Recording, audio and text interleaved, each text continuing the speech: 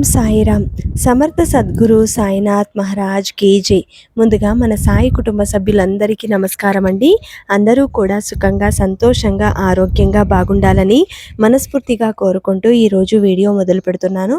ఇక ఈరోజు వీడియోలో బాబాగారు ఏం చెప్పబోతున్నారు అంటే, తల్లి, ఎన్నో జన్మల అదృష్టం ఇది. నీ కంట పడిన క్షణమే విని చూడు. నమ్మకంతో ఈ వేపాకు తీసుకో. నేటితో నీ సమస్యలు దూరం అవుతాయి అని చెప్పి బాబాగారు ఈరోజు గురువారం నాడు ప్రతి ఒక్కరికి ఒక మంచి సందేశాన్ని తీసుకొచ్చారండి.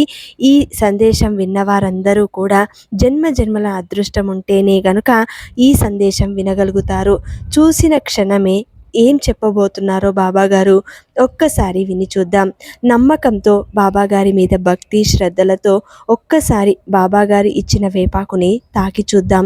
బాబాగారు ఏం చెప్పాలి అనుకుంటున్నారో అర్థం చేసుకుని ఎలా మన సమస్యలను సరిచేసుకోవాలో ఒక్కసారి విని చూద్దాం. తల్లి, ఈ గురువారం నాడు నీకు ఒక మంచి శుభవార్తని అందించాలనే వచ్చాను. భగవంతుడు అందరి జీవితాలలోనూ ఆనందం నింపకపోవచ్చు, కానీ ఆ ఆనందం కోసం పరితపించేవారు ఎందరో ఉన్నారు.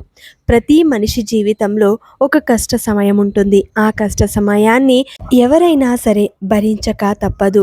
ఎన్ని అవాంతరాలు ఎదురైనా సరే భగవంతుని మీద నమ్మకం, శ్రద్ధ ఎవరైతే భక్తితో ఉంటారో అలాంటి వారికి ఆ భగవంతుడు ఎప్పుడూ తోడుగా ఉంటాడు. తల్లి, నీ జీవితంలోకి ఏదైనా అతి తొందరగా వచ్చింది అంటే అది ఎంతో కాలం నీతో నిలవదమ్మా. ఎక్కువ కాలం మనతో ఉండిపోదు. దేనికోసమైతే నువ్వు పరితపిస్తున్నావో, ఎన్నో రోజులుగా ఎదురు చూస్తున్నావో, అది ఇంతవరకు నీకు దక్కలేదు అంటే ఆలస్యంగా వచ్చినా అది శాశ్వతంగా నీతో ఉండిపోవాలనే భగవంతుడు నీ దగ్గరకు చేర్చలేదేమో. కాస్త ఓపికతో ఎదురు చూసి చూడు, అన్నీ నీకు అర్థమవుతాయి. ఈరోజు లేదని నువ్వు బాధపడుతున్నావు, రేపు వచ్చే సంతోషాన్ని చూసి నువ్వు మురిసిపోవద్దు. ఎప్పుడైనా సరే కష్టం, సంతోషం రెండింటినీ ఒకేలా చూడాలి. జీవితం మనకు ఎన్నో పాఠాలను నేర్పిస్తుందమ్మా. ఈరోజు నువ్వు పొందే ఆనందాన్ని చూసి నేను కూడా ఎంతో సంతోషిస్తున్నాను. ఎందుకంటే నా బిడ్డ అర్థం చేసుకుంటుంది. ప్రతి కష్టంని పాలు పంచుకోవడానికి ప్రయత్నం చేస్తుంది. ఏ కష్టం వచ్చినా, ఏ సంతోషం వచ్చినా నా బిడ్డ నాతోనే చెప్పుకుంటుంది. 10 మందితో చెప్పుకొని ఉపయోగం లేదు అని అర్థం చేసుకుని అందరితోనూ మౌనంగా ఎన్ని కష్టాలు వచ్చినా భరిస్తూ వస్తుంది. తల్లి, ఎప్పుడైనా రైలు పట్టాలను చూసావా? చూడడానికి చిక్కులుగా కనిపించినా ప్రయాణిస్తే సరైన మార్గంగా ఉంటుంది. జీవితం కూడా అంతే. ఎన్నో సమస్యలతో కూడుకొని ఉన్నా అడుగు ముందుకు వేస్తే పరిష్కారం ఖచ్చితంగా దొరుకుతుంది. ముందు నువ్వు అడుగు వేసి చూడు. ఆ అడుగులో అడుగై ఈ సాయి నీతోనే ఉండి ప్రతి అడుగులో సాయి నామంతో నువ్వు ముందుకు వెళితే ఖచ్చితంగా విజయాలను సాధిస్తావు. నువ్వు చేసే పనిలో ఎప్పుడూ శ్రద్ధ ఉండాలి. శ్రద్ధ లేని చోట నీకు ఎలాంటి విజయము కలగదు. శరీరం సోమరితనానికి అలవాటు పడితే ఆలోచన వేరొకరి సహాయం కోసం ఎదురు చూస్తుంది. కాబట్టి నువ్వు అలాంటి మనస్తత్వంతో ఉండకూడదు. శరీరాన్ని సోమరితనంగా పెంచుకోకూడదు. ఎప్పుడు నీ అలవాట్లను మార్చుకోకూడదు. అలవాట్లను ఎప్పుడైతే నువ్వు మార్చుకుంటావో జీవితం ఆ రోజే నీకు నిశ్శబ్దంగా కనిపిస్తుంది. ప్రతి మనిషి జీవితంలోనూ కష్టపడి ముందుకొస్తేనే విజయాలను సాధించగలుగుతారు, సంతోషాలు వెతుక్కోగలుగుతారు. నీ చుట్టూ ఉన్నవాళ్ళు నిన్ను చూసి ఈర్ష్యపడుతున్నారు అంటే నువ్వు మంచి స్థాయిలో ఉన్నావని అర్థం. ఎవ్వరి మాట లెక్క చేయవు అని అర్థం. నీకు నువ్వు నమ్ముతున్నావు అని అర్థం. ధైర్యంగా ముందుకు వెళుతున్నావని అర్థం. కాబట్టి కష్టపడేవాడు ఎడారిని కూడా పూలవనంగా మార్చగలడు. సోమరిపోతూ పంట భూమిని కూడా బీడు భూమిగా మార్చగలడు. కాబట్టి ఏది చేసినా అంతా వారి చేతుల్లోనే ఉంటుంది. నువ్వు నీ జీవితాన్ని చక్కదిద్దుకోవడానికి ప్రయత్నం చెయ్యి. మన కాళ్ళు చేతులకు ఎంత బలం ఉందనేది మనకు కష్టం వచ్చినప్పుడు, మన చుట్టూ ఎవరూ లేనప్పుడే తెలిసొస్తుంది. మరి అలాంటప్పుడు నువ్వు కష్టం వచ్చినప్పుడు కృంగిపోయి కూర్చుంటే ఈ సాయి మాత్రం ఏం చేస్తాడు? నీకు దారి మాత్రమే చూపించగలడు. ఆ దారిలో చక్కగా నువ్వు నడిస్తేనే అది ముళ్ళబాట లేక పూలబాట అన్నది నీకు అర్థమవుతుంది. ఆ దారిలోనే నీకు ఎన్నో అవాంతరాలు ఎదురు కావచ్చు. ఇది మన జీవితం లాంటిది.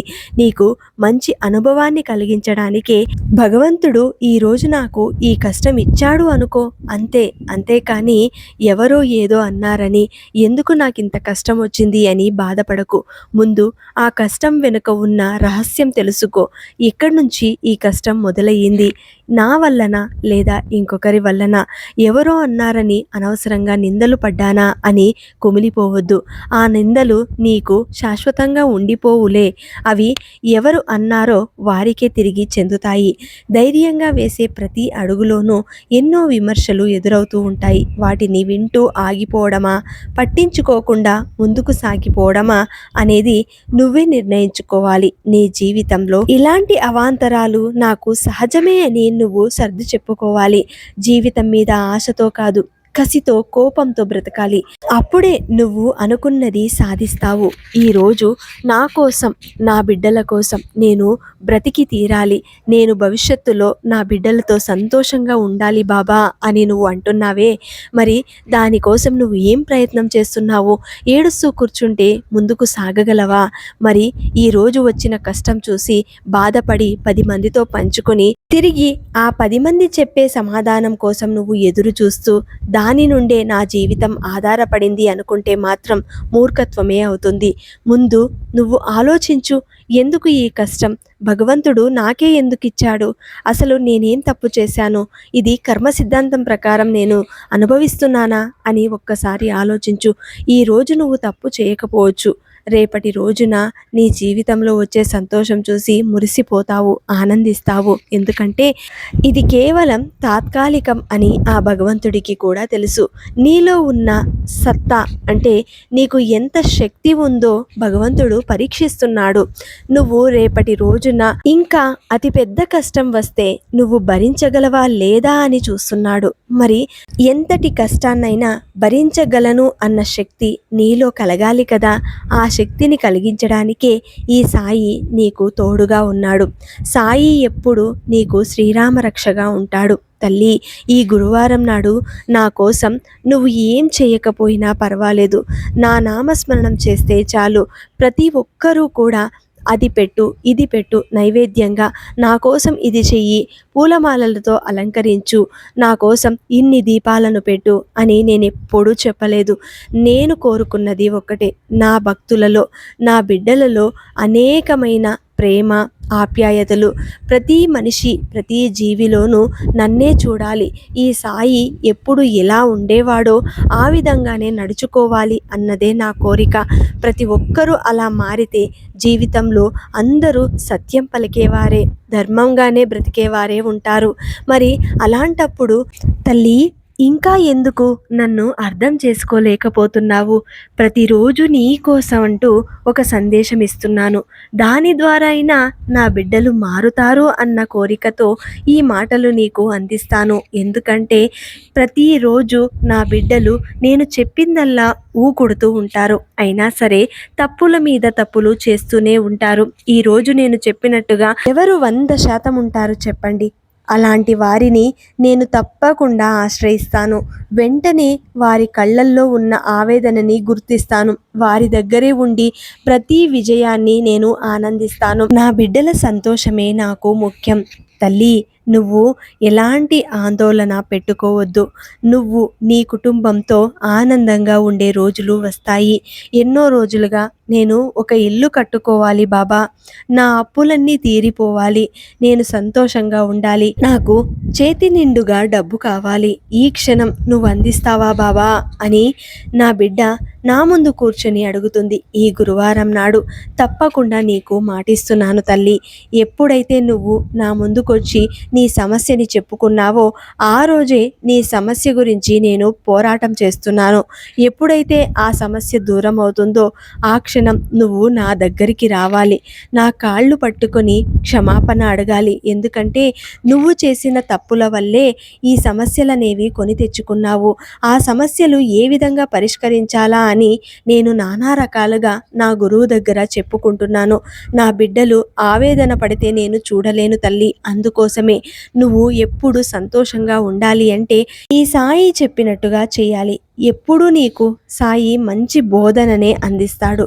అయినా సరే నువ్వు అప్పటికప్పుడు మరిచిపోతున్నావు. నీ పిల్లల భవిష్యత్తు గురించి ఎప్పుడూ ఆలోచించవద్దు. ఎందుకంటే నీ పిల్లల భవిష్యత్తుని నా చేతుల్లో పెట్టావు. ప్రతిరోజు నీ బిడ్డల సంతోషం చూడడానికే నీ ఇంటికి వస్తాను. నువ్వు ఆనందంగా ఉండడమే నాకు కావాలి తల్లి. ఎందుకంటే నా బిడ్డలు ఎక్కడ ఆనందంగా ఉంటారో, ఎక్కడైతే సాయి నామాన్ని ప్రతి క్షణం జపిస్తూ ప్రతి క్షణం సాయి నామాన్ని పలుకుతూ ఉంటారో అలాంటి ఇళ్లల్లో ఖచ్చితంగా ఈ సాయి కొలువై ఉంటాడు. నువ్వు ఎన్ని మైళ్ళ దూరంలో ఉన్నా కూడా ఖచ్చితంగా నీ ముందుకు పిట్టలా వచ్చి వాలిపోతాను తల్లి. ఎందుకంటే అది నా బాధ్యత. నువ్వు నన్నే నమ్ముకున్నావు. నా నామము పలకనిదే నువ్వు ఆ రోజుని కూడా మొదలు పెట్టావు. అంతటి గొప్ప భక్తురాలివి నువ్వు. కాబట్టే నీకు కష్టం వస్తే నేను ఊరుకుంటానా తల్లి? ఖచ్చితంగా దానిని దూరం చేసే ప్రయత్నం చేస్తాను. మరి ఇంకా ఎందుకు ఆలోచిస్తున్నావు? ఒక్కసారి నువ్వు కళ్ళు మూసుకుని సాయి అని పలుకు చూడు. నీ ముందు వాలిపోయి ఉంటాను. ఏదో ఒక రూపంలో నీ ముందే కనిపిస్తాను. నీకు బాధ వచ్చినప్పుడు, ఎవరితోనూ పంచుకోలేని సమస్య వచ్చినప్పుడు నా ముందు కూర్చో. నీ ఇంట్లో నేనెక్కడైతే కొలువై ఉంటానో సాయి మందిరం లేదా నీ చుట్టూ ఎక్కడైతే సాయి విగ్రహాలు కానీ సాయి ఫోటోలు కానీ ఉంటాయో ఆ ప్లేస్కి వెళ్ళి నువ్వు ఒక్కసారి కళ్ళు మూసుకొని కూర్చుని చూడు. సాయి నీకు ఏదో ఒక సమాధానం చెప్తాడు. ఆ సమాధానంలోనే నీకు పరిష్కారం కూడా దొరుకుతుంది నీ సమస్యకు. అప్పుడు నువ్వు ఆనందంగా బ్రతకగలుగుతావు తల్లి. ఏదైనా సరే సమస్య అంటూ పుట్టింది అంటే దానికి తగ్గ పరిష్కారం కూడా ఖచ్చితంగా భగవంతుడు కల్పిస్తాడు. దానికోసం నువ్వు పోరాటం చేయాలి. అంతేకాని ఆ పోరాటంలో ఆగిపోకూడదు. నీ విలువలు తగ్గిపోతాయి. ప్రకృతిని అందరం కలిసి బాధ పెడుతున్నామే, కానీ ప్రకృతి బాధ పెట్టినప్పుడు మాత్రం ఎక్కువగా నష్టపోయేది ఎవరు? మన రైతన్న. రైతులు అలా బాధపడితే మన నోటికి 5 వేళ్లను వెళ్ళనివ్వము. మరి అలాంటప్పుడు ఎవరికి ఇవ్వవలసిన విలువలు వారికిస్తేనే మన ప్రకృతి కూడా మనకు సహకరిస్తుంది. తల్లి, ఈరోజు నీటిని వృధా చేస్తే భవిష్యత్తు తరాల కళ్ళల్లో నీటిని చూడవలసి వస్తుంది. ప్రతి ఒక్కటి నువ్వు విలువలను గుర్తించాలి. చేతి నుండి విసిరిన రాయి, చేజార్చుకున్న అవకాశం, పెరిగే వయసు, గడిచిపోయిన కాలం, నోటి నుండి వెలువడిన మాట ఇవేవి జీవితంలో వెనక్కి రానివి. నువ్వు అలాంటివి ఏ ఒక్కటి చేజార్చుకున్నా మళ్ళీ తిరిగి రాదు. కాస్త జాగ్రత్తగా ఉండు తల్లి. పోయినప్పుడు ప్రేమను చూపించే కంటే బతికి ఉన్నప్పుడే పలకరించి చూడు. బంధాలు బలంగా ఉంటాయి. ఒకవేళ ఆ బంధమే నీకు బాధ పెట్టింది అనిపిస్తే ఆ బంధానికి దూరంగా ఉండు. ఆ బంధం ఎప్పుడో ఒకసారి ఖచ్చితంగా అర్థం చేసుకుని తిరిగి నీ దగ్గరికి వస్తుంది. ఒకవేళ నీ తప్పే, నీ వ్యక్తిత్వంతో నువ్వు చేసిన తప్పే గనక ఉంటే ఖచ్చితంగా అది నీకు శాశ్వతంగా దూరమైనట్టే. ఎందుకంటే నువ్వు అది అర్థం చేసుకుని తిరిగి ఆ బంధం కోసం నువ్వు ఎదురు చూస్తున్నట్లయితే ఖచ్చితంగా నువ్వే ఆ బంధం దగ్గరికి వెళ్ళు. ఒక్కసారి క్షమాపణ కోరు. ప్రవర్తన అనేది తెల్ల కాగితం లాంటిది. ఒక్కసారి దాని మీద మరక పడితే మళ్ళీ తెలుపు కావడం చాలా కష్టం. అదేవిధంగా నువ్వు మాటలతో ఎవరినైనా బాధ పెట్టి ఉంటే ఆ బంధం విలువ నువ్వు అర్థం చేసుకుని తిరిగి ఆ బంధం పొందాలి అంటే ఖచ్చితంగా ఎదురు చూడాలి. నువ్వు చేసిన కర్మలన్నీ నీ చేతుల మీదుగా నువ్వే తుడుచుకోవాలి. అప్పుడే నీ బంధం నీకు దగ్గరవుతుంది. ఒక్కసారి క్షమాపణ కోరు. భగవంతుడి ముందు నీ బాధని మొరపెట్టుకో. ఖచ్చితంగా ఏదో ఒక రోజు ఆ భగవంతుడు నీ కష్టం తీరుస్తాడు. తల్లి, ఈ రోజు ఒక భూమి కొనాలని ఎదురు చూస్తున్నావు. కొంతమంది నీకు తెలియకుండానే నీ చుట్టూ ఉంటూ గోతులు తవ్వుతున్నారు. ఆ భూమి నీకు దక్కకుండా చేయాలని చూస్తున్నారు. అందులో వచ్చే ఆదాయం కోసం ఎదురు చూస్తున్నారు. నువ్వు కాస్త ఆ విషయంలో జాగ్రత్తగా ఉండు. భూమి కొనాలన్నా అమ్మాలన్నా కూడా పూర్తి విచారణ లేనిదే ఏదీ చెయ్యకు. గతంలో జరిగిన విషయాలు కానీ గాయాలు కానీ మరిచిపోవద్దు. వాటి నుండి ఎన్నో గుణపాఠాలు నువ్వు నేర్చుకుని ఉంటావు. అవి అప్పుడప్పుడు నెమరేసుకుంటూ ఉండు. ఈరోజు నువ్వు ఆనందంగా ఉన్నావు, అందరికంటే నేను బాగున్నాను, నా బంధువులలో నేనే అందరికంటే గొప్పగా బ్రతుకుతున్నాను అని ఎప్పుడూ కూడా గర్వంగా అనుకోవద్దు. అది నిన్ను ఎప్పుడైనా ముంచెత్తవచ్చు. ఎందుకంటే అది శాశ్వతం కాదు తల్లి. ఏదీ శాశ్వతం కాదు. మంచైనా చెడు అయినా రెండిటికి ఒక సమయం అంటూ ఉంటుంది. ఏ సమయంలో ఏం జరగాలో ఆ పనిని పూర్తిగా భగవంతుడి చేతుల మీదుగా నిర్వర్తించి తర్వాత అది నీ నుండి దూరం అవుతుంది. అందుకే ఏదైనా సరే భ్రమగా బ్రతకకూడదు. అదృష్టాన్ని నమ్ముకుంటే అప్పుడప్పుడు విజయం పలకరిస్తుందేమో కానీ ఎల్లప్పుడూ ఓటమే వెక్కిరిస్తుంది. అదే నీ కష్టాన్ని నువ్వు నమ్ముకోగలిగితే మొదట పరాజయం పలకవచ్చు, కానీ తర్వాత విజయమే నీ ఇంట పేరుగా మారిపోతుంది. కాబట్టి నువ్వు కష్టాన్ని మాత్రమే నమ్ముకో. భక్తి శ్రద్ధలతో ఉండు. నువ్వు ఇష్టదైవాన్ని ఆరాధిస్తావే, ఆ దైవం పట్ల ఎప్పుడు కృతజ్ఞతతో ఉండు. ఈరోజు నా మీద నమ్మకంతో వేపాకు తీసుకోమ్మా అని చెప్పాను, వెంటనే తీసుకున్నావు. ఎందుకంటే నీకు నా మీద ఉన్న నమ్మకం. నేను చెప్పిందల్లా చేస్తావు, అయినా సరే ఎంత కష్టం వచ్చినా భరిస్తావు. నువ్వు నా బిడ్డవి. ఖచ్చితంగా సాయి మీద నమ్మకంతో ఏదో ఒకరోజు నా సాయి నా కష్టాన్ని తీరుస్తాడు అన్న నమ్మకంతో నువ్వు ఉన్నావు. అందుకే ఈరోజు ఈ వేపాకు తీసుకున్నావు. ఇది ఎంత చేదుగా ఉంటుందో కూడా నీకు తెలుసు, అయినా సరే నా బాబా చెప్పాడు అని తీసుకున్నావు. ఇది ఒక్క ఆకు తిని చూడు. నీ జీవితంలో ఎన్ని కష్టాలున్నా సరే మటుమాయం చేస్తాను. ఈరోజు ఒక ఆకు తిని చూస్తే జీవితంలో ఇంకెప్పుడు ఇలాంటి ఆకు తినకూడదు అనిపించేంతలా చేదు ఉంటుంది. అయినా సరే ఎందుకు తింటున్నావు? నా బాబా చెప్పాడు అని. తినగా తినగా వేప కూడా తీయగా ఉండు. ఎందుకంటే వేపాకు నువ్వు ప్రతిరోజు ఒక ఆకు తీసుకుని చూడు. నీ ఒంట్లో ఉన్న మలినమంతా తొలగించే బాధ్యత నాది. నీ ఒంట్లో ఎలాంటి అనారోగ్య సమస్య ఉన్నా కూడా పూర్తిగా తొలగించే బాధ్యత ఈ సాయి తీసుకుంటాడు. ఈరోజు నమ్మకంతో సాయి మీద శ్రద్ధ భక్తితో వేపాకు తీసుకున్నావు. ఈ గురువారం నుండే మొదలుపెట్టి చూడు. ప్రతిరోజు కనీసం 42 రోజులు వేపాకు తిని చూడు. నీ ఒంట్లో ఎలాంటి అనారోగ్య సమస్య ఉన్నా ఖచ్చితంగా నువ్వు మామూలు మనిషి అయ్యేలా నేను చేస్తాను. అది నీకే నమ్మకం కలుగుతుంది. ఏదైనా సరే ప్రయత్నం చేసి చూడు, ఫలితం ఆశించు. అంతేకాని ఏదీ చేయకుండా ఇది జరుగుతుందా అని మనోభావంతో ఉండవద్దు తల్లి. ఈ సాయి చెప్పింది అక్షర సత్యం. నువ్వు వాటిని గ్రహించి అర్థం చేసుకుని ఆచరణలో పెట్టి చూడు, జీవితం ఆనందమయం అవుతుంది. ఈ గురువారం నాడు నేను చెప్పిన ఈ సందేశం నీ జీవితంలో మంచి గుణపాఠాలు అవుతాయి అని చెప్పి బాబాగారు ఈరోజు ఒక మంచి సందేశాన్ని అందరి కోసం అందించారండి. ప్రతి ఒక్కరూ కూడా నచ్చిన వాళ్ళందరూ శ్రద్ధ సబూరి అని కమెంట్ చేయండి.